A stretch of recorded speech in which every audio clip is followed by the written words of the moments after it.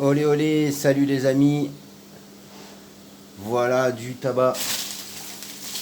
Du tabac. Du tabac. Voilà. Séché sur des cintres. Celle-ci, elle est dans les cartons. Elle a séché aussi sur des cintres auparavant. Voilà, donc j'ai un petit stock là que je vais passer donc dans mon mixeur. Donc on peut le passer aussi dans un broyeur à tabac, hein, ça existe, ça coûte un peu cher à mon goût. Tu peux l'utiliser dans une espèce de grinder, tu peux l'utiliser comme je faisais avant moi au couteau au hachoir.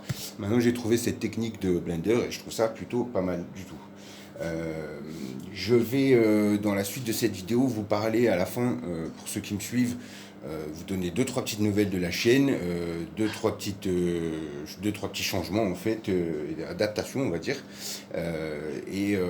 Là on va rester sur le tabac pour ceux qui sont venus juste pour voir le tabac. Voilà, vous pourrez zapper la fin. Donc on en revient au tabac. Je vais vous installer ici et vous montrer très rapidement ma méthode. Donc ici, le blender. Ici, on a du tabac. Donc bon, là, j'aurais pu le préparer à l'avance, mais je ne l'ai pas fait. Mais voilà, on a une veine centrale. Donc en fait, moi, je mets tout le tabac et j'enlève la veine centrale. Hein, on voit, voilà, c'est une petite tige qui pourrait se retrouver dans le tabac, mais qui souvent perce la feuille. Et puis, c'est pas vraiment le truc qui va donner un parfum au tabac, quoi. Donc voilà, moi je fais ou cette méthode comme ça, et quand il est plutôt bien sec comme cette feuille là, t'as juste à tout prendre, quoi. Tu fais glisser, quoi, tu vois. Alors, des fois ça casse. Donc là, tu vois, par exemple, pour cette feuille, elle est petite, c'est plus difficile parce que la tige elle est plus souple, moins rigide. Voilà, donc bon, on prend comme ça.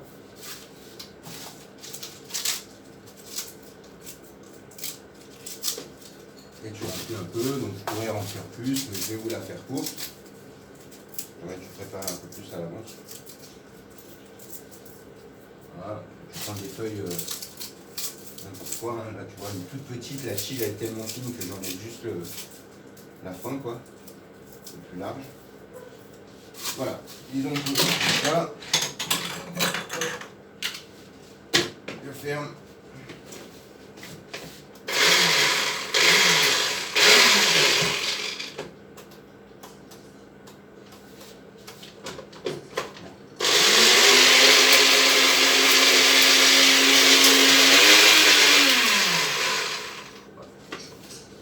Pas trop le faire non plus.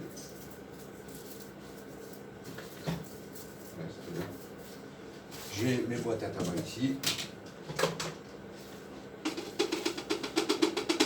Et voilà, tout simplement.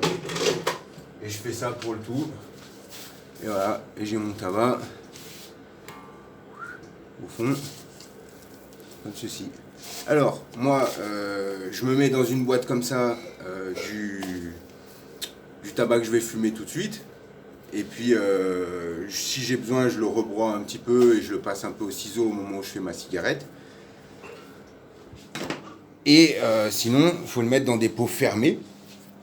Tu le mets dans un petit pot fermé, donc hermétique, hein, pot confiture, pot n'importe quoi, recyclage si tu veux. Et donc ce pot, tu vas, si tu trouves ton tabac trop sec, tu vas y mettre un petit peu genre une tranche de pomme de terre.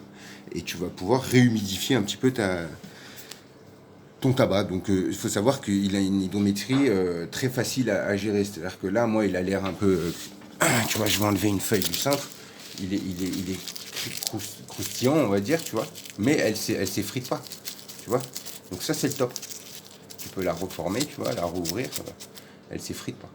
Quand il est trop sec, il va s'effriter et là, bon, c'est pas bon. Mais quand il est sec comme ça, c'est parfait.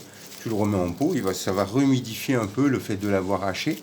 Il y a un petit peu d'humidité qui va ressortir de la feuille et le fait de le mettre en pot, ça va rehumidifier l'ensemble de ton pot. Attention à pas trop que ce soit humide non plus, hein. Faut gérer ça et ouvrir de temps en temps et gérer.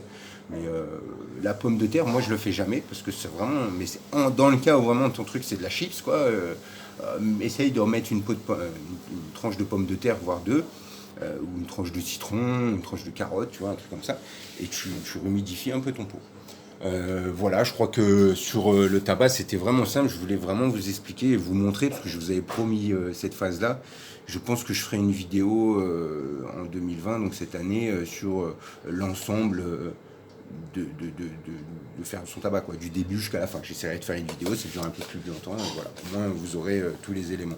Mais si vous suivez chez ma chaîne et que vous avez été voir les autres vidéos, vous aurez pu voir comment j'ai fait pousser, les phases de sèche, etc.